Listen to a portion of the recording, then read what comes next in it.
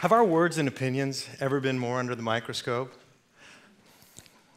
From Facebook to Twitter, from the Daily Cost to Fox News, we seem to be arguing all the time.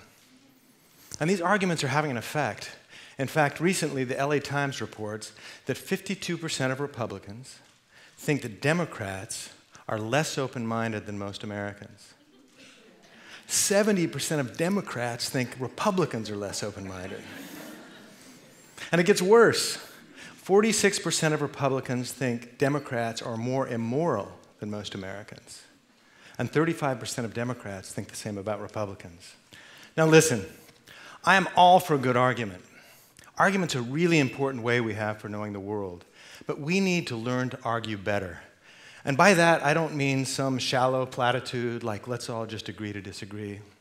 What I'm talking about is a 2,000-year-old tradition, the tradition of rhetoric that teaches us how to argue more productively. Now, rhetoric, you're saying? What's that? Well, it's the tradition of studying how language creates meaning and the ethical questions that arise when we write and when we speak. For an example, let's look at Socrates. Do you remember him, Plato's teacher? 2,000 years ago, he argued for a living, and on one occasion, he was engaged in a dialogue with a sophist by the name of Gorgias. And Socrates wanted to know if Gorgias was the same kind of man that Socrates claimed to be. And he said, I am one who would be glad to be refuted if I say anything untrue, and who would be glad to refute anyone who speaks untruly. But here's the important part. Then Socrates says, however, it is the greater good to be refuted than to refute, because it is a larger benefit to be delivered from evil than to deliver another. Think about this. Socrates is saying, it is better to be shown where you are wrong than to show another where he or she is wrong. How does this change argument? He's saying we need to reframe the way we think about argument. We need to think about argument not as argument to win, but as argument to learn. How would this change Thanksgiving dinner? You're sitting across from your Uncle Reed. It's always an uncle, isn't it? And he starts to push your buttons. And instead of trying to figure out a way to prove him wrong, what if you start to think about what he's saying and perhaps whether or not he's saying something you can learn from? Let's take this one step further. What if Uncle Reed were to do the same and listen to your argument and your reasons? My guess is that you wouldn't. My guess is that you'd leave the dinner a little less dyspeptic and a little more enlightened. And in fact, if you were both arguing to learn rather than to arguing to win, you might learn something. You might be rid of your own evil. In fact, to win, you must lose. That's the better way, according to Socrates. Now, metaphors matter. And have you ever noticed that all the metaphors we have for argument come from war? We attack, we defend, we counter, we win, we lose. And George Lakoff and Mark Johnson point out that the metaphors we choose shape the way we see an idea.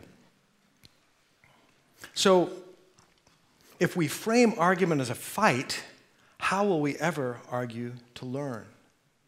Well, Lakoff and Johnson also point out that we can change the metaphor.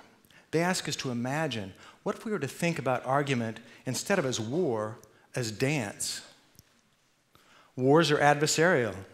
Dance is cooperative. War has winners and losers. Dance has partners. War wounds. Dance heals.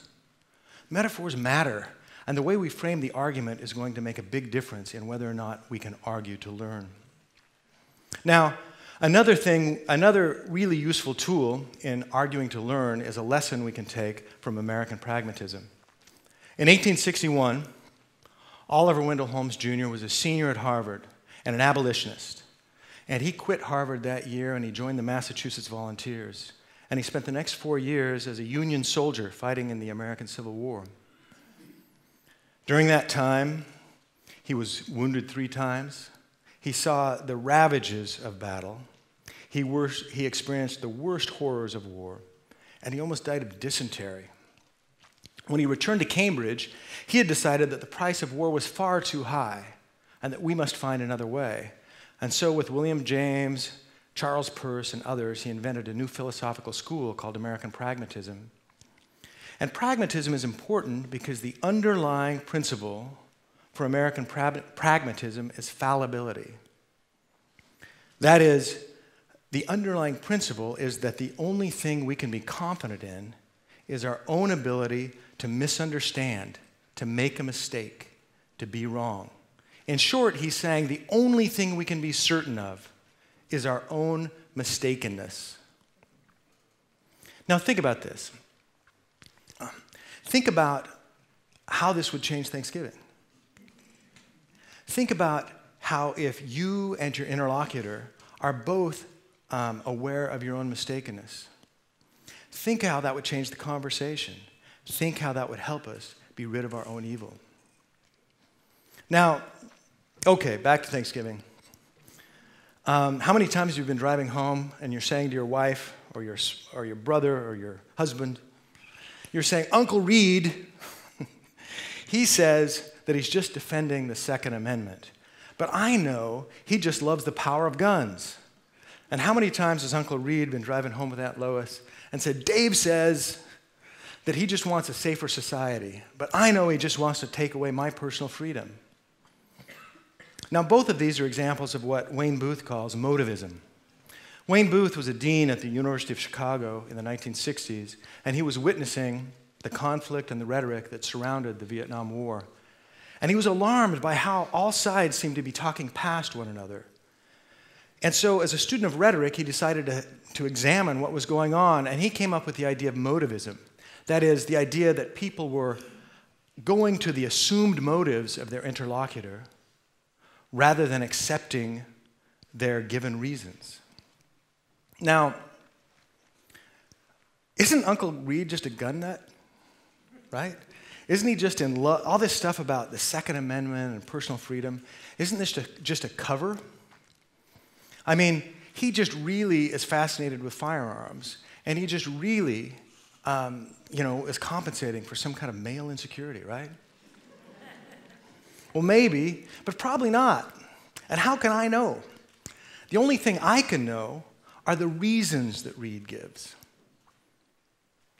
And think about this. Have you ever presented a carefully articulated argument and had your interlocutor, your dance partner, ignore your reasons and accuse you of some secret motive? It feels like an attack. It feels like you've been dismissed and you have some kind of character flaw. But think about how it would be different if you listened to the reasons of your dance partner. Think also how it would be different if your dance partner listens to your reasons without accusing you of some ulterior motive. The dance continues. We're able to make progress. Now, back to Uncle Reed. Poor Uncle Reed. He actually is my real uncle. How many times have I been talking to Uncle Reed and we start way too far down the road? We talk about climate change. We talk about welfare. We talk about taxation. And we really don't back up to the deeper issues, right? What we really need to talk about is, what do we think about fairness? What do we feel like our obligations are to each other, to future generations? What role does hard work or luck play in the way we move through the world? What role does science or religion or tradition play in helping us understand the world? Now, if we can back that truck up and find the place where we begin to disagree, we actually might find that there's this large space of things we agree on. If we can back that truck up and find a shared epistemology, a shared way of knowing the world, we might actually make some progress. We might actually gain some understanding of one another. But don't I need to speak truth to power? Don't I need to stand up and be brave and tell people how it is? Well, sometimes we do. But more often than not, we need to think about levels of community. Who are the people we have arguments with? They're our brother, they're our spouse, they're our neighbor, they're our colleague, right?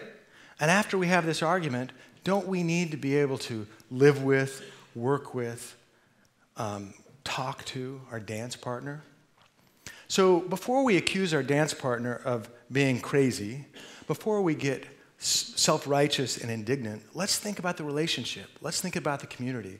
Let's think about how we can preserve this relationship past this one argument. So this reminds me of a recent op-ed from a woman by the name of Erin Carmen. And she is writing about Ruth Bader Ginsburg's, what she calls her cautious radicalism, how she approaches argument.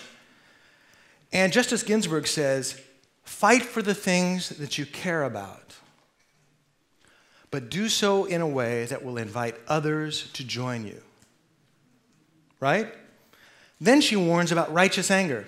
She says that righteous anger can consume us.